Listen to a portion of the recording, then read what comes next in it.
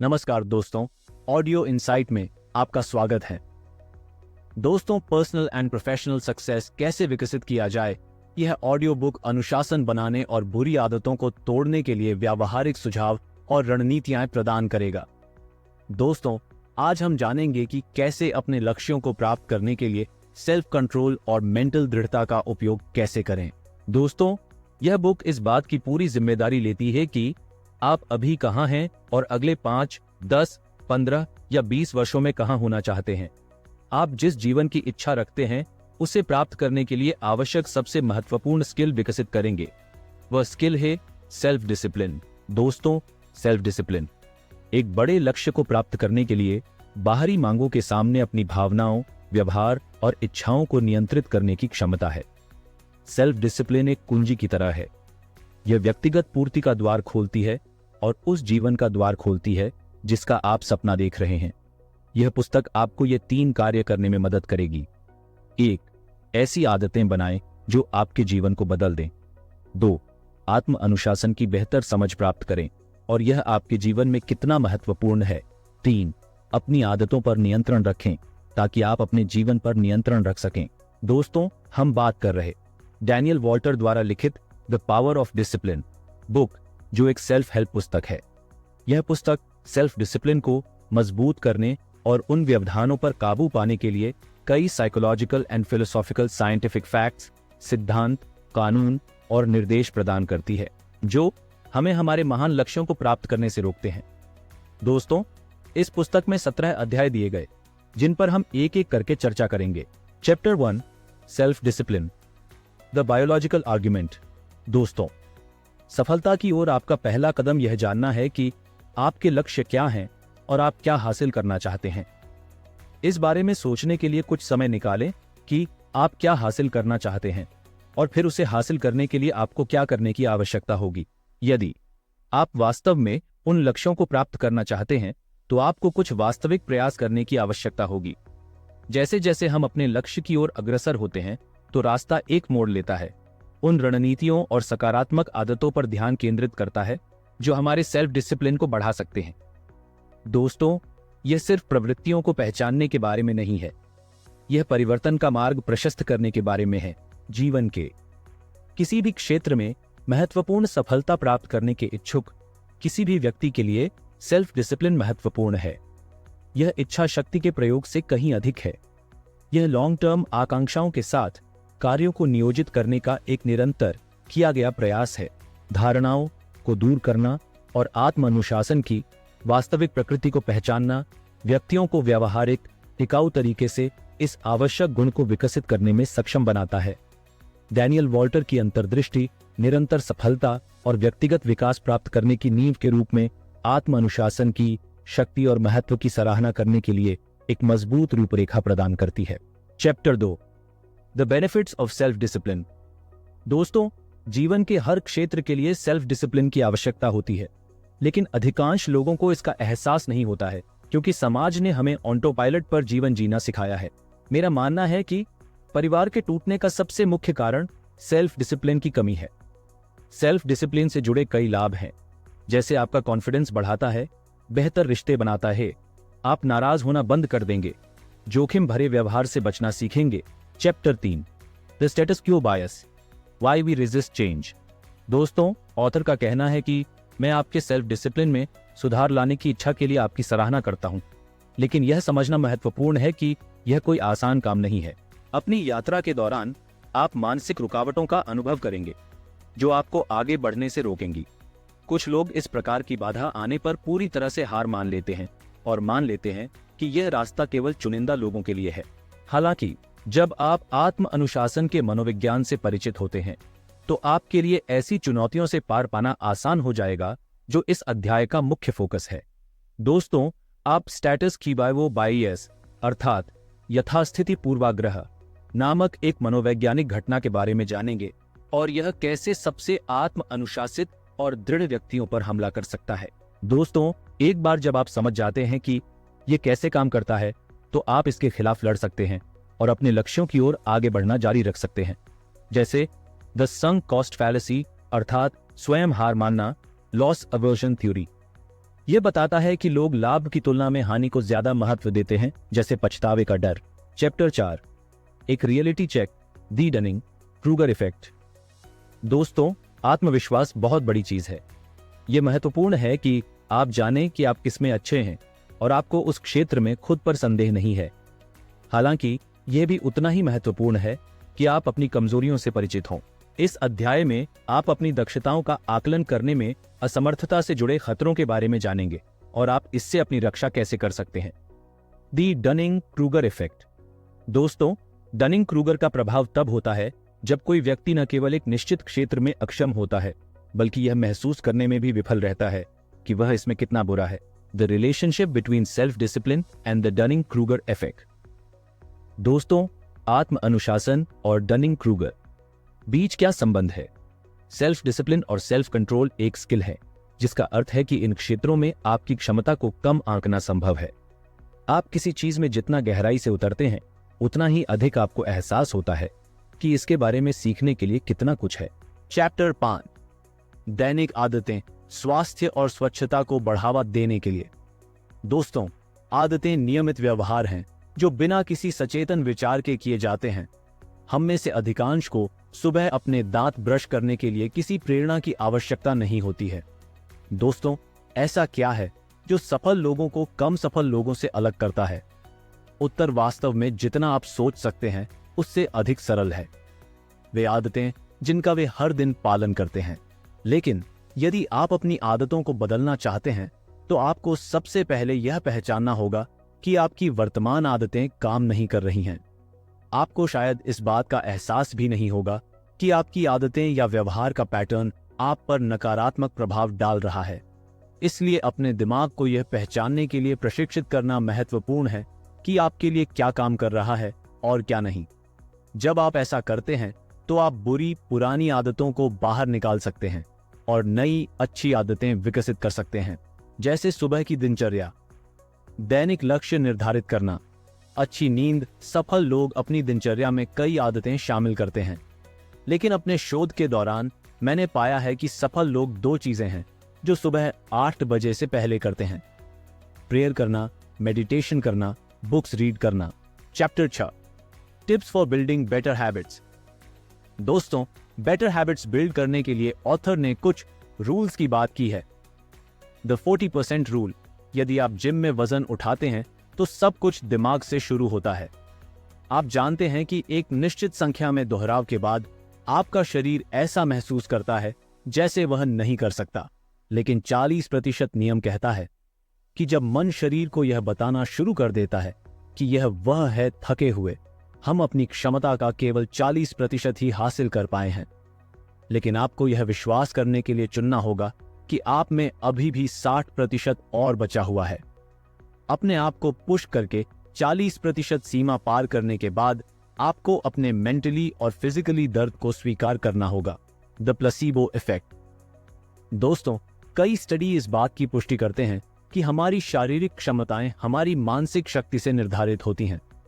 Research से पता चला कि परफॉर्मेंस तब इंक्रीज होती है जब कोई व्यक्ति मानता है कि उसने अपनी परफॉर्मेंस को बेहतर बनाने के लिए कुछ किया है। Arousal control. जब हम उच्च तनाव की स्थिति में होते हैं तो कॉर्टिसोल और एड्रेनालिन की बड़ी खुराक जारी होती है, जो लड़ो, उड़ो या रुक जाओ प्रतिक्रिया को सक्रिय करती है। The 10x rule. हमें परिणाम से 10 गुना अधिक लक्ष्य निर्धारित करने चाहिए, क्योंकि इसे प्राप्त करने के लिए हमें 10 गुना अधिक कार्य करना होगा।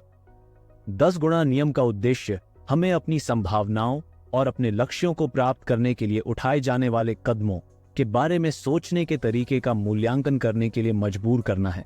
The 10 minute rule. आप 10 मिनट के नियम को विभिन्न स्थितियों में लागू कर सकते हैं। मान लीजिए कि आप जिम में ट्रेडमिल पर दौड़ रहे हैं और आपको थकान महसूस होने लगती है। तुरंत कूदने के बजाय अगले 10 मिनट तक दौड़ते रहें और देखें कि आप कैसा महसूस करते हैं। इसे एक बार करने के बाद आपको एहसास होगा कि आप इतने थके हुए नहीं थे और चलते रहें। चैप्टर 7, क्या है जो आपकी शिक्षा को रोक रहा है? दोस्तों, वे लोग जो अपने नकारात्मक रवैये से आपका जीवन बर्बाद कर देते हैं। लेकिन ऐसी चीजें भी हैं जो आपके अनुशासन में बाधा डाल सकती हैं और आपको अपना सर्वश्रेष्ठ संस्करण बनने से रोक सकती हैं। अधिकांश लोग समझते हैं कि आप जीवन से जो चाहते हैं उसे पाने के लिए अनुशासन की आवश्यकता होती है। तो ऐसा क्यों है कि हम में से अधिकांश लोग अपनी पूरी क्षमता तक पहुंचने के लिए पर्याप्त रूप से अनुशासित होने में असमर्थ हैं? जब आप उन चीजों का मूल्यांकन कर रहे हैं जो आपके अनुशासन में बाधा बन रही हैं, तो अपने कार्यों पर ध्यान दें।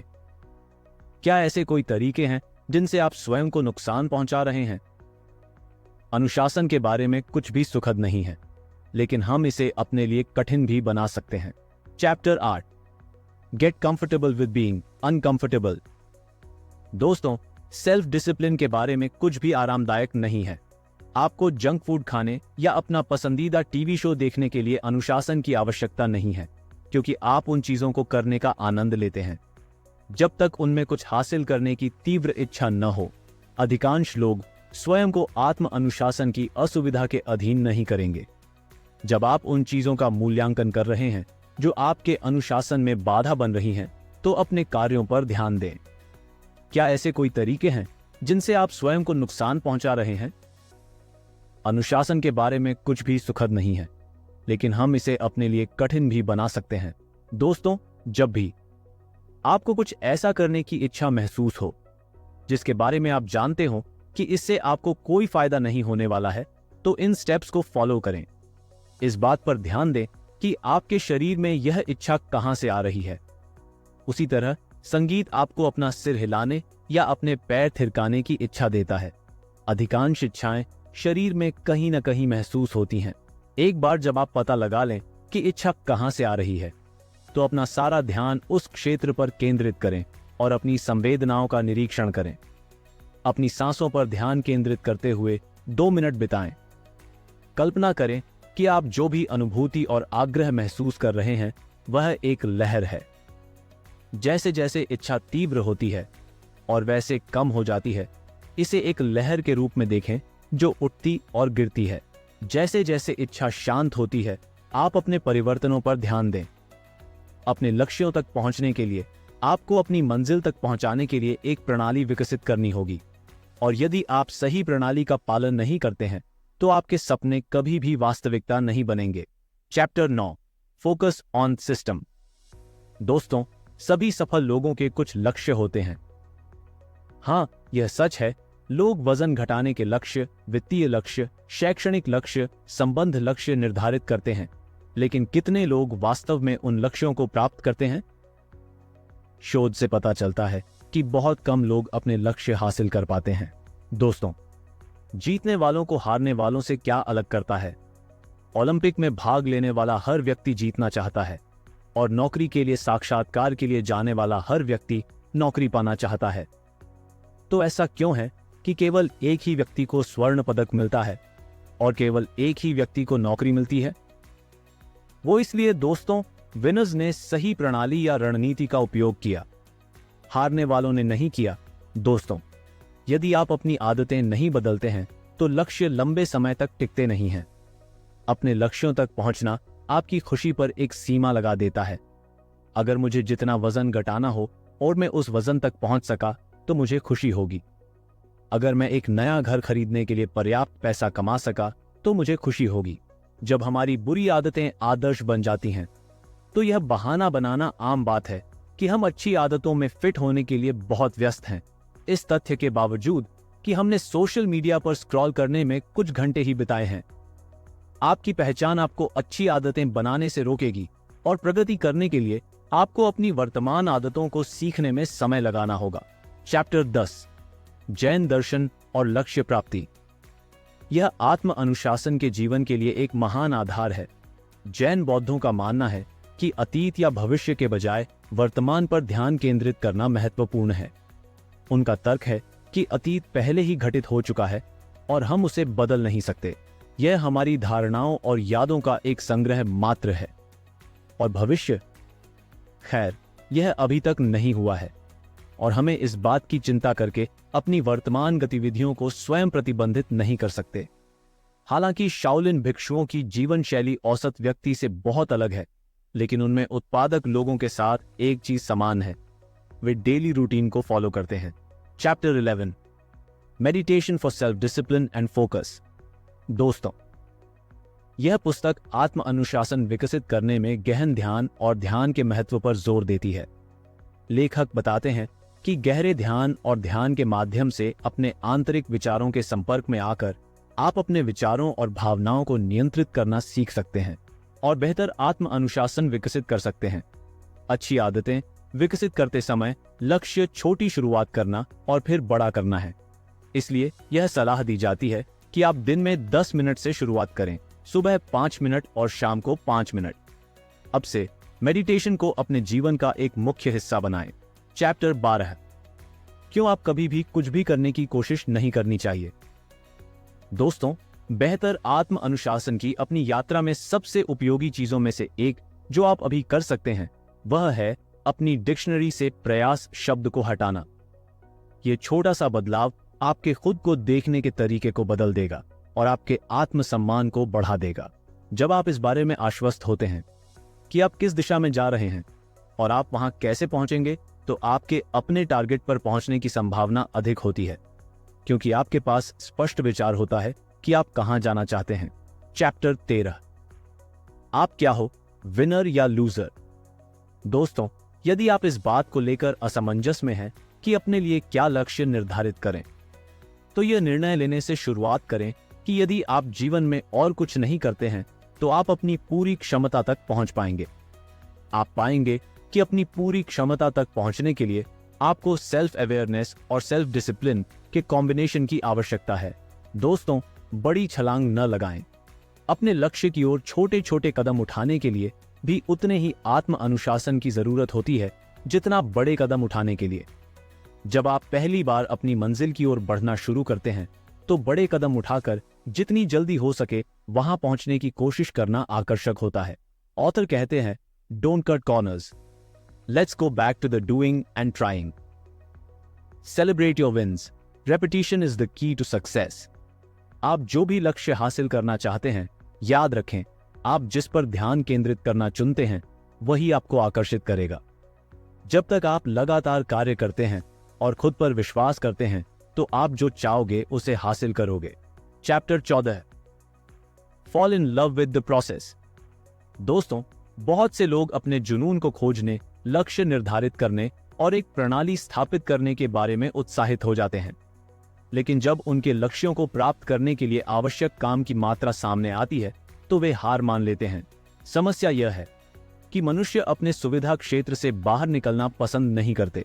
वास्तव में शरीर को इस तरह से संचालित करने के लिए डिजाइन किया गया है। प्रोसेस का आनंद लेना सीखने के साथ साथ आपको अपनी नकारात्मक भावनाओं को सकारात्मक दृष्टि से देखने के लिए खुद को प्रशिक्षित करने की भी आवश्यकता होगी। नेगेटिव इमोशंस लाइफ का एक फैक्ट है और इस बात की अच्छी संभावना है कि आप उन्हें अनुभव करेंगे, खासकर तब जब आप अपने लक्ष्यों को प्राप्त करने के लिए काम कर रहे हों।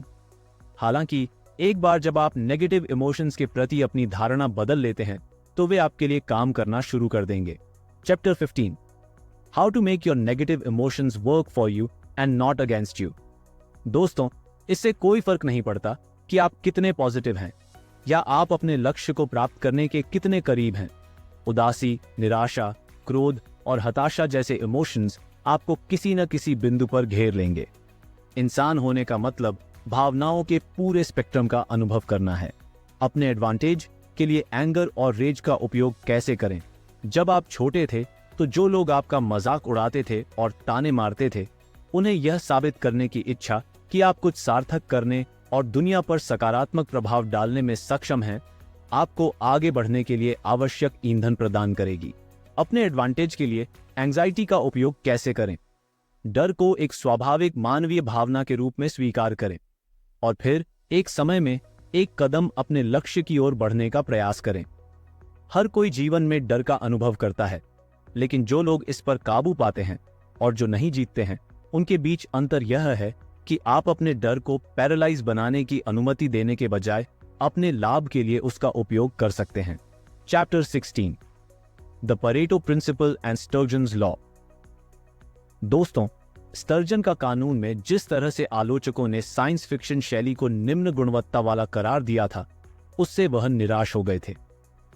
स्टर्जन ने तर्क दिया कि भले ही निम्न गुणवत्ता वाली शैली होने के कारण बहुत सारे साइंस फिक्शन कार्यों में कुछ सच्चाई है, लेकिन बाकी सभी चीजों के बारे में भी यही बात कहना संभव है।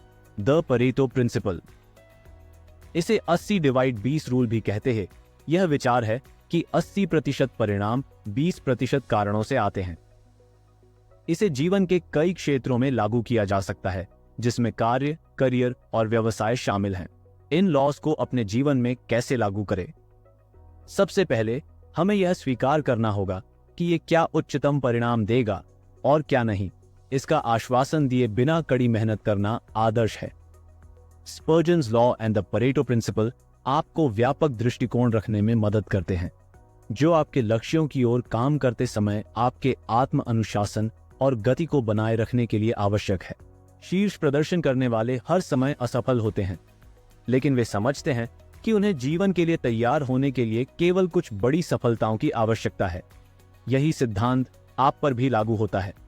इससे कोई फर्क नहीं पड़ता कि आप कुछ नेगेटिव विचार लेकर आते हैं, मायने यह रखता है कि आप आगे बढ़ते रहें। How to handle failure. जब आप अपने आप को इस बात पर ध्यान केंद्रित करने के लिए प्रशिक्षित करते हैं कि अतीत में क्या हो सकता था और क्या हो सकता है, इसके विपरीत वर्तमान में क्या हो रहा है, इस पर ध्यान दें, तो आप अंततः बहुत अधिक उत्पादक बन जाएंगे। यदि आप अपने लक्ष्यों को प्राप्त करना चाहते हैं तो आत्म अनुशासित और दृढ़निश्चयी होना महत्वपूर्ण है। Chapter 17, how to avoid burnout. दोस्तों, इस अध्याय में आप उन लक्षणों के बारे में जानेंगे और कैसे ठीक हो सकते हैं, और क्यों कुछ लोग खुद पर भारी दबाव के कारण शारीरिक और भावनात्मक रूप से नष्ट हो जाते हैं। हालांकि तनाव और जलन से उबरना संभव है, लेकिन इलाज से बचाव बेहतर है। बर्नआउट क्या है?